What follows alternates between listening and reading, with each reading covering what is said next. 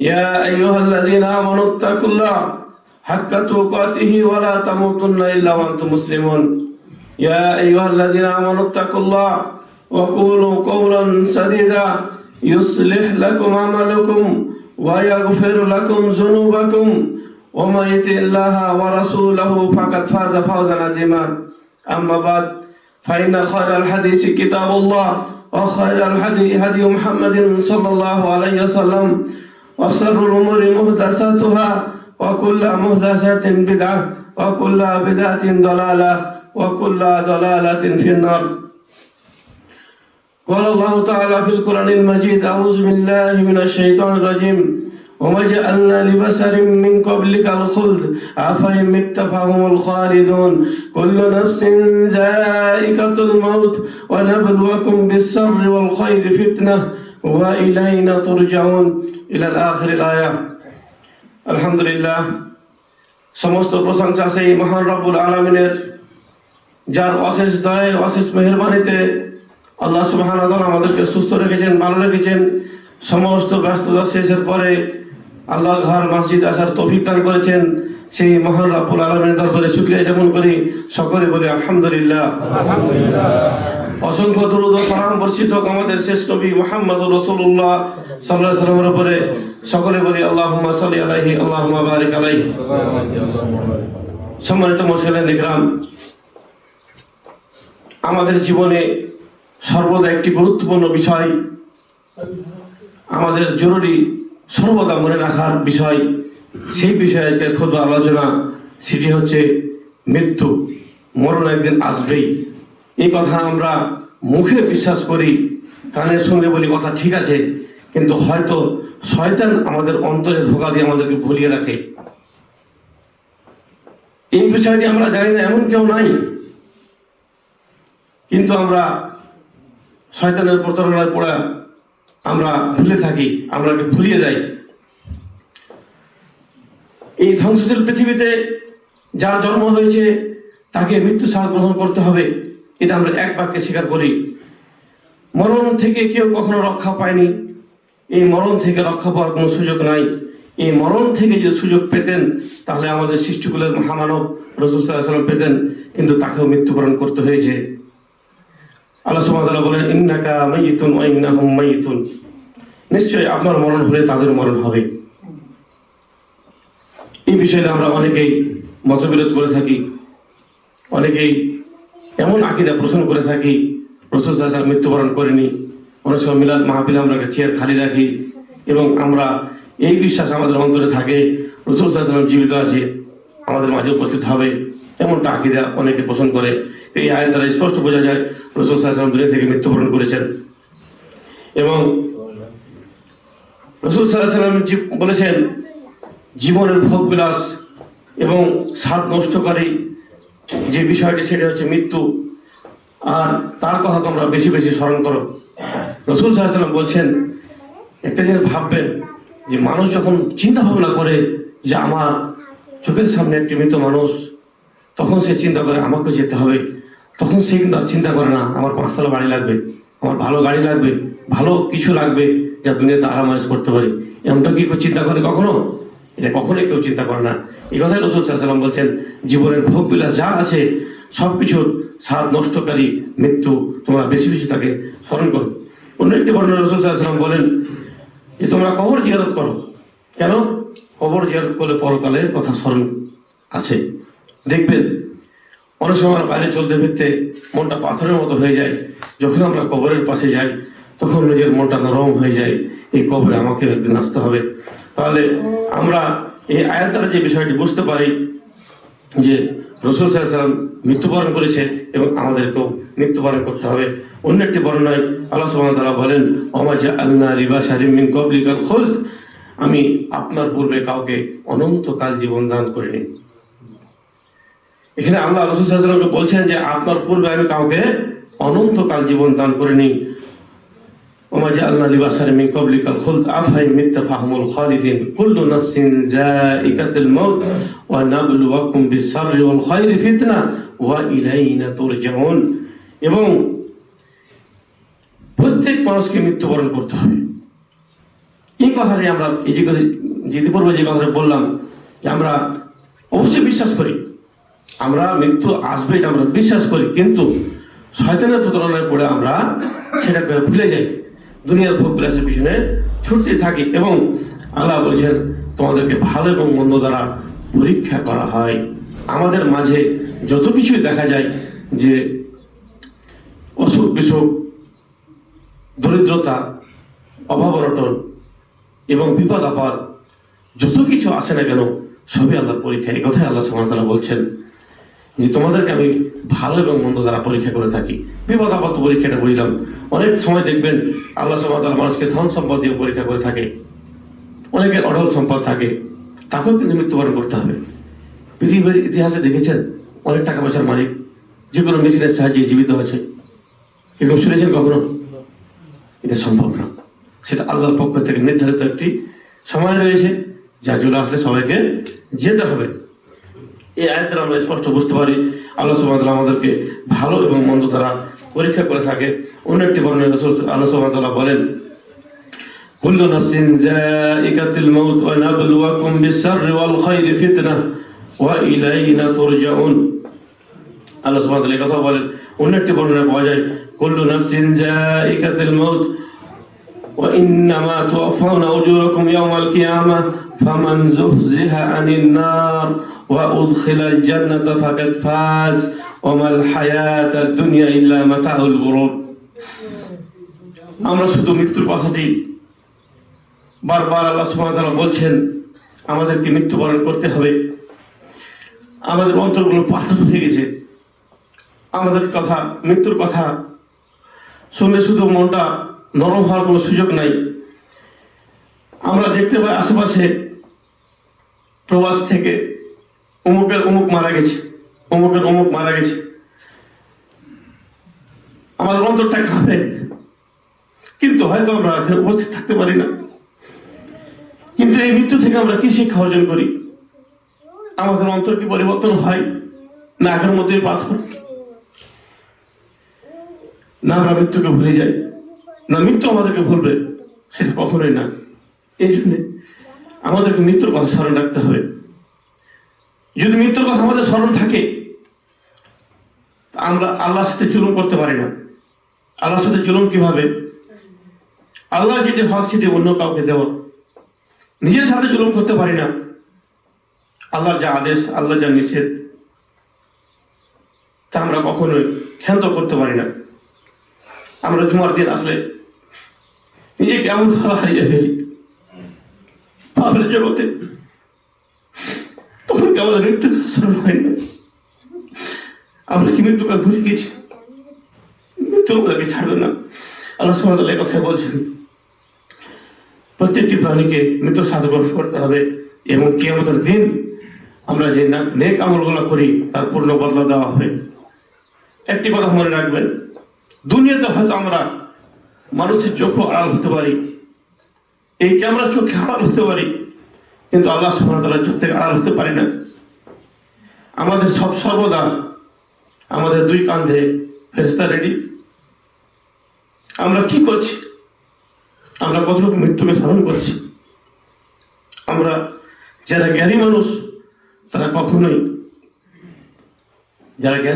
কখনোই পরকালকে ভুলে যেতে পারে না। এবং অন্য একটি বর্ণনায় রাসূল সাল্লাল্লাহু আলাইহি ওয়াসাল্লাম বলছেন, উমর রাদিয়াল্লাহু আনহুকে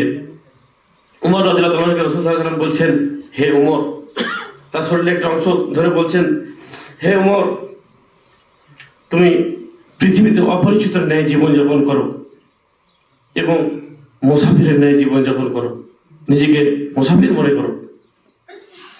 একজন মুসাফিরের জন্য কতটুকু প্রয়োজন?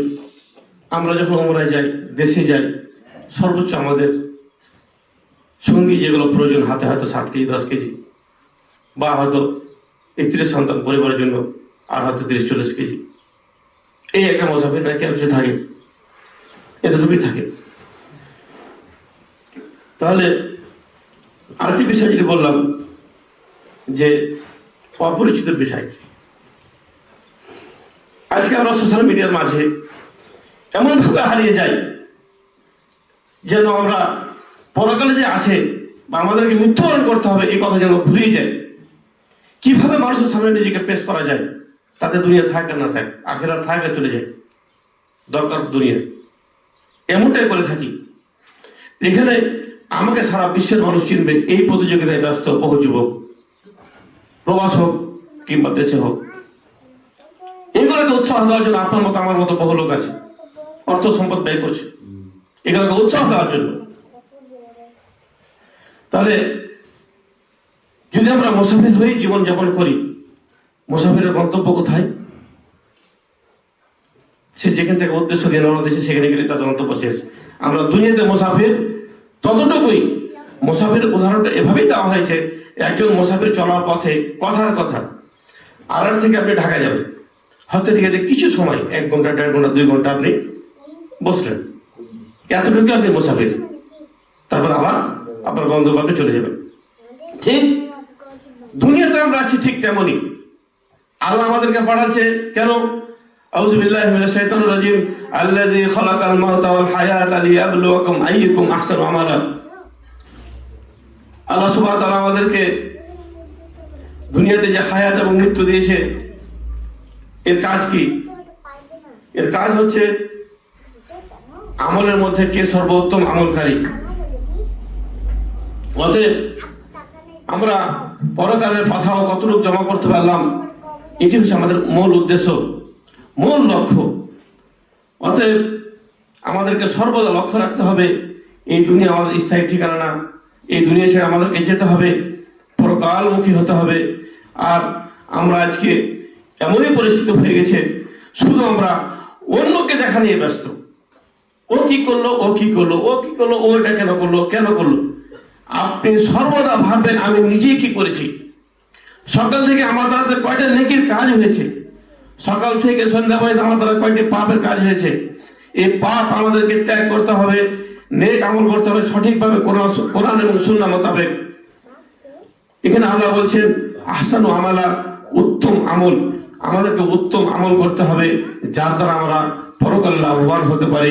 অতএব আমরা যেন এই পরকালের কথা, মৃত্যুর পরে আমাদের যে কবর হবে, এই কবর নিয়ে আমরা কি ভাবছি, এই জন্য কথাগুলো বলতেছি।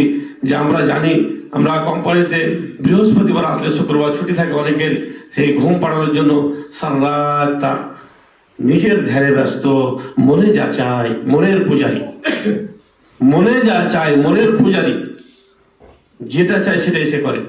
হতে পারে ক্যারাম বোর্ড, হতে পারে লুডো, হতে পারে দাবা, হতে পারে তাস খেলা, হতে পারে মোবাইলে অশ্লীল কিছু। বর্তমানে একজন মানুষ লুডো খেলছে, সে মনে হচ্ছে আমি ভালো কিছু করছি, টাইম পাস করছি। আপনি এত সময় পেলেন কোথায়? আপনি এত সময় পেলেন কোথায়?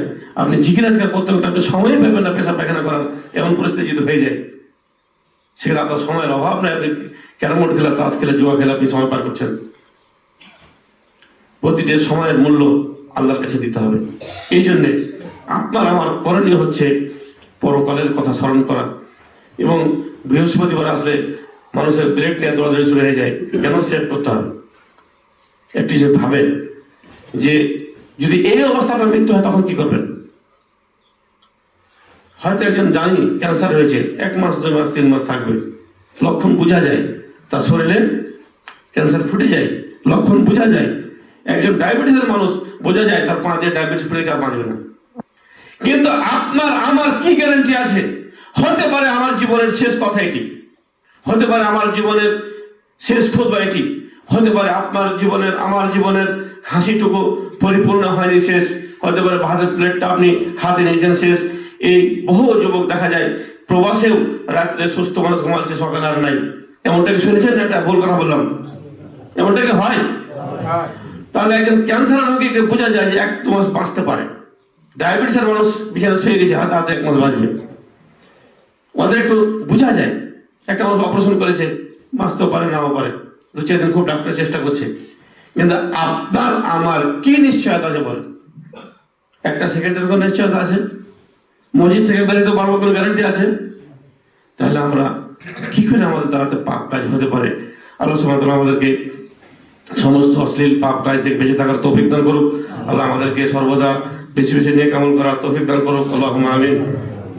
আল্লাহ সুবহানাহু ওয়া তাআলা অন্য আয়াতে বলেন ওয়ালা ইউখাযিল্লাহু আন-নাসা বিযুলমিহিম মা তারাকা আলাইহা মিন দাব্বাতিন ওয়ালাকিন ইউখিরু লাহুম ওয়া ইয়াখিরুহুম ইলা আজালিন মুসাম্মা ফাইজা জাআ আজালুহুম লা ইস্তাখিরুনা সাআতান ওয়া লা ইস্তাখদিমুন। আল্লাহ বলছেন যদি আমি লোকদের অন্যায় কাজের জুলুমের কারণে তাদেরকে পাকড়াও করতাম, জমিনে চলমান কোনো ব্যক্তি কোনো কিছু থেকে ছাড় পেতেন না। জমিনে যারা আল্লাহ যদি ধরতো জুলুমকারীকে, তাহলে কোনো কিছু ছাড় পেতেন না। আল্লাহ সুবহানাহু ওয়া তাআলা বলছেন তিনি প্রতিটি প্রতিশ্রুতির সময় পর্যন্ত তাদেরকে অবকাশ দেন। আল্লাহ সুবহানাহু ওয়া তাআলা আমাদেরকে সুযোগ দিয়েছেন, সুস্থতার নিয়ামত দিয়ে সুযোগ দিয়েছেন, তোমরা কতটুকু আমল করতে পারো। অন্যায় করলে কিন্তু আল্লাহ বাধা দেয় না। বাধা দেয় কি? আমাদেরকে আল্লাহ কিন্তু বাধা দেয় না, আমাদেরকে দিয়ে দিয়েছে কোরআন, তোমরা কিভাবে চলবে চলো। এখন যদি কোনো পরীক্ষার হলে খাতা এবং বই কিতাব দিয়ে দেওয়া হয় যে এই প্রশ্ন তুমি উত্তর দাও, খাতা দেখে দেখে দাও, তারপরেও যদি একজন ছাত্র ফেল করে, এর চাইতে আফসোসের বিষয় কিছু হতে পারে? বলবেন আল্লাহ কি তারা আমাদেরকে দিয়েছে নাকি? কেন দেয়নি? এই যে কোরআন, কোরআন দেখেন আর আমল করেন, কোরআন দেখেন আর আমল করেন। যেদিন চোখটা বন্ধ হবে সেদিন সব শেষ। তারপরে আল্লাহ সুবহানাহু ওয়া তাআলা বলছেন নির্ধারিত সময় যখন চলে আসে এক মুহূর্ত আগ পিছ করা হয়, এক মুহূর্ত আগে পিছ করা হয় না। এই জন্যে আমাদেরকে সর্বদা লক্ষ্য করতে হবে আমাদের মৃত্যু সন্নিকটে। আমরা কিয়ামতের আলামত দেখে কিয়ামতের স্বপ্ন দেখলে হবে না। চোখটা বন্ধ হলে কিয়ামত শুরু। চোখটা বন্ধ হলে আপনার কর্মের ফল আপনি পেতে থাকবেন। তারপর কিয়ামত দেখার প্রয়োজন আছে কি? অবশ্যই আমাদেরকে কিয়ামতের পূর্বে দুনিয়াতে জীবিত থাকা অবস্থায় যেসব আমল করা প্রয়োজন সেটা গুরুত্বভাবে আমল করতে হবে। আল্লাহ সুবহানাহু ওয়া তাআলা আমাদেরকে সে তৌফিক দান করুক, আল্লাহুম্মা আমিন। আল্লাহ সুবহানাহু ওয়া তাআলা অন্য একটা আয়াতে বলেন ইয়া আইয়ুহাল্লাযীনা আমানু লা তুলহিকুম আমওয়ালুকুম ওয়া লা আওলাদুকুম আন যিকরিল্লাহ ওয়া মান ইয়াফআল যালিকা ফাউলাইকা হুমুল খাসিরুন। আল্লাহ সুবহানাহু ওয়া তাআলা বলেন মুমিনদেরকে, হে মুমিনগণ, তোমরা তোমাদের ধন সম্পদ সন্তান সন্ততি যেন আল্লাহর স্মরণ থেকে তোমাদেরকে গাফেল না করে দেয়। আর যে গাফেল হবে, যারা এই কারণে গাফেল হবে, তারাই হবে ক্ষতিগ্রস্ত। তাহলে আল্লাহর স্মরণ খুবই গুরুত্বপূর্ণ একটি বিষয়। এই বিষয়ে আমাদেরকে ভুলে গেলে হবে না, সর্বদা আল্লাহকে স্মরণ করতে হবে এবং আল্লাহ সুবহানাহু ওয়া তাআলার যে আদেশ যে নিষেধ আমাদেরকে মেনে চলতে হবে। আল্লাহ সুবহানাহু ওয়া তাআলা সে তৌফিক দান করুক, আল্লাহুম্মা আমিন।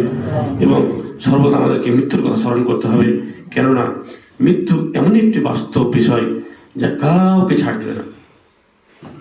শুনেছেন কেউ আছে পৃথিবীর ইতিহাসে যত বড় বড় মানুষ ছিল, কেউ আছে? কেউ নেই। সবাইকে দুনিয়া ছেড়ে যেতে হবে।